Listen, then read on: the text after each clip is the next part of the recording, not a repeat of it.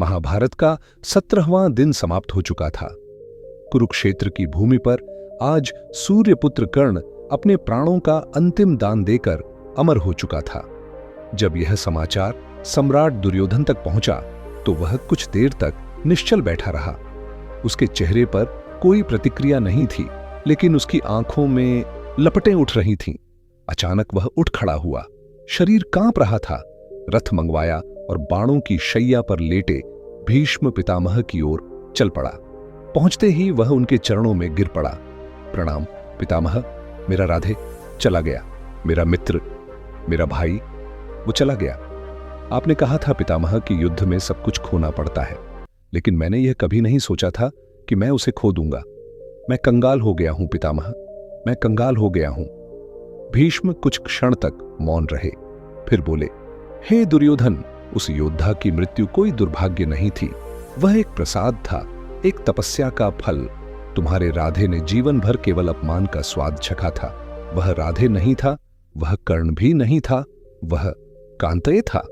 दुर्योधन की आंखों में चौंक उठी। कांतेय? पितामह, आप क्या कह रहे हैं? कर्ण माता कुंती का पुत्र था? भीष्म ने सिर हिलाया।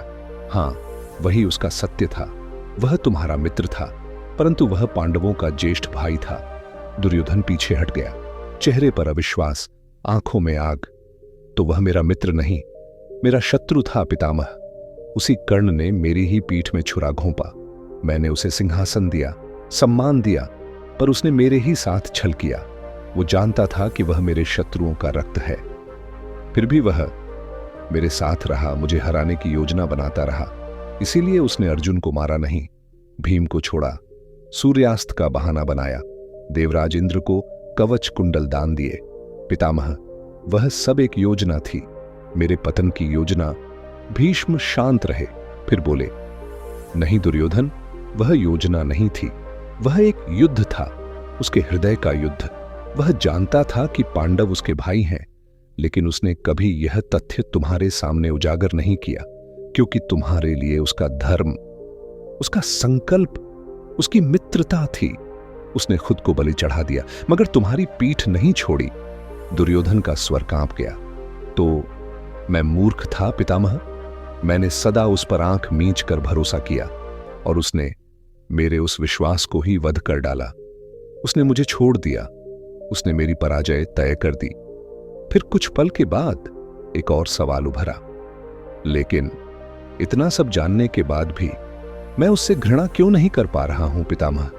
मेरी आंखें उसके लिए रो क्यों रही हैं? क्या मैं मूर्ख हूं? भीष्म का स्वर अब और भारी था। नहीं पुत्र, तुम मूर्ख नहीं हो, तुम एक मित्र हो। महाभारत के इस कलुषित युद्ध में अगर कुछ एक चीज शुद्ध थी तो वह थी तुम्हारी और कर्ण की मित्रता। वह जानता था कि वह जिनसे युद्ध कर रहा है वे उसके भाई हैं, लेकिन उसने फिर भी तुम्हारा साथ नहीं छोड़ा। और तुम अब यह जान चुके हो कि वह तुम्हारा शत्रु था, लेकिन उसकी मृत्यु पर रो रहे हो। इतिहास तुम्हारे अन्य निर्णयों को भुला देगा दुर्योधन, लेकिन यह मित्रता, यह अमर रहेगी।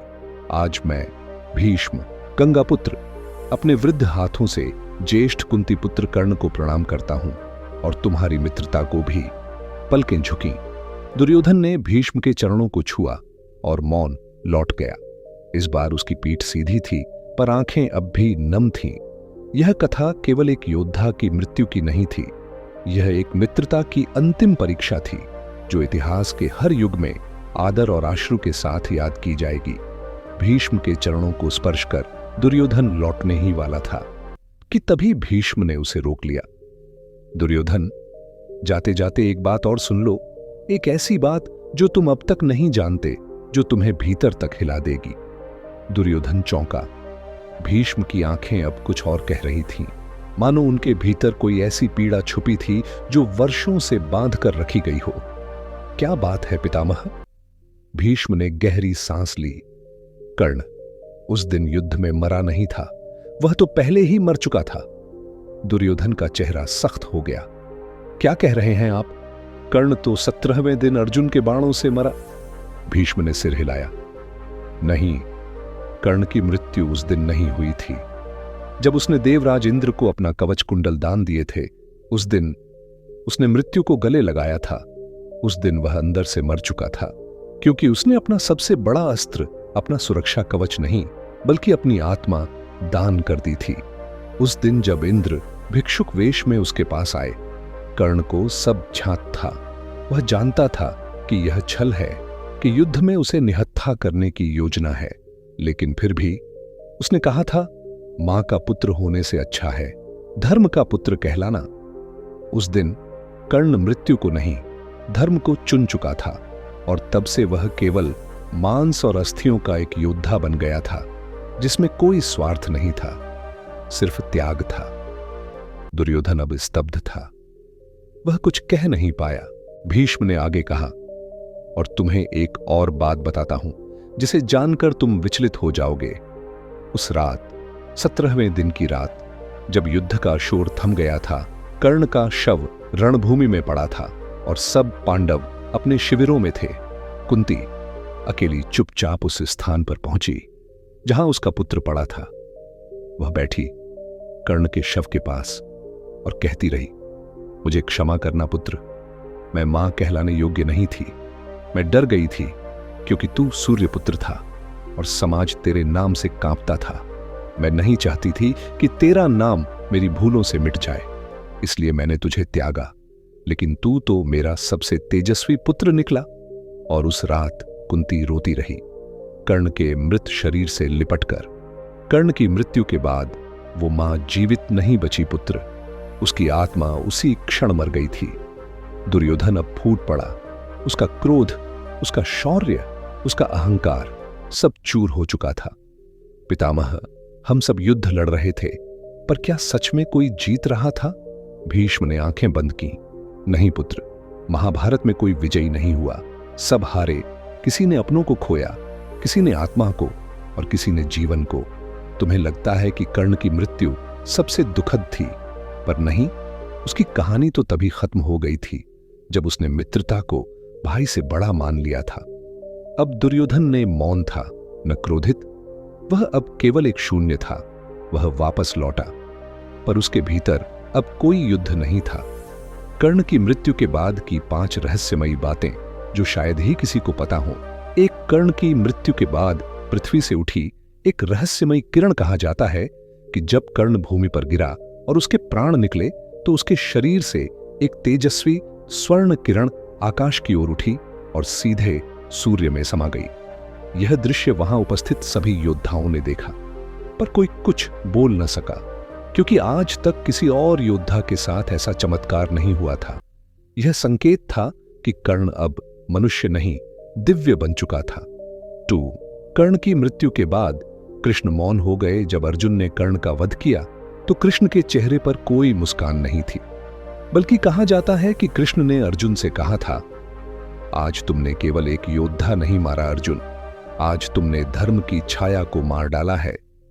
फिर कृष्ण चुपचाप अपने रथ से उतर गए और पूरे एक दिन मौन व्रत रखा। क्या यह उस पाप का बोझ था जो कर्ण पर नहीं बल्कि सभी पर चढ़ गया था?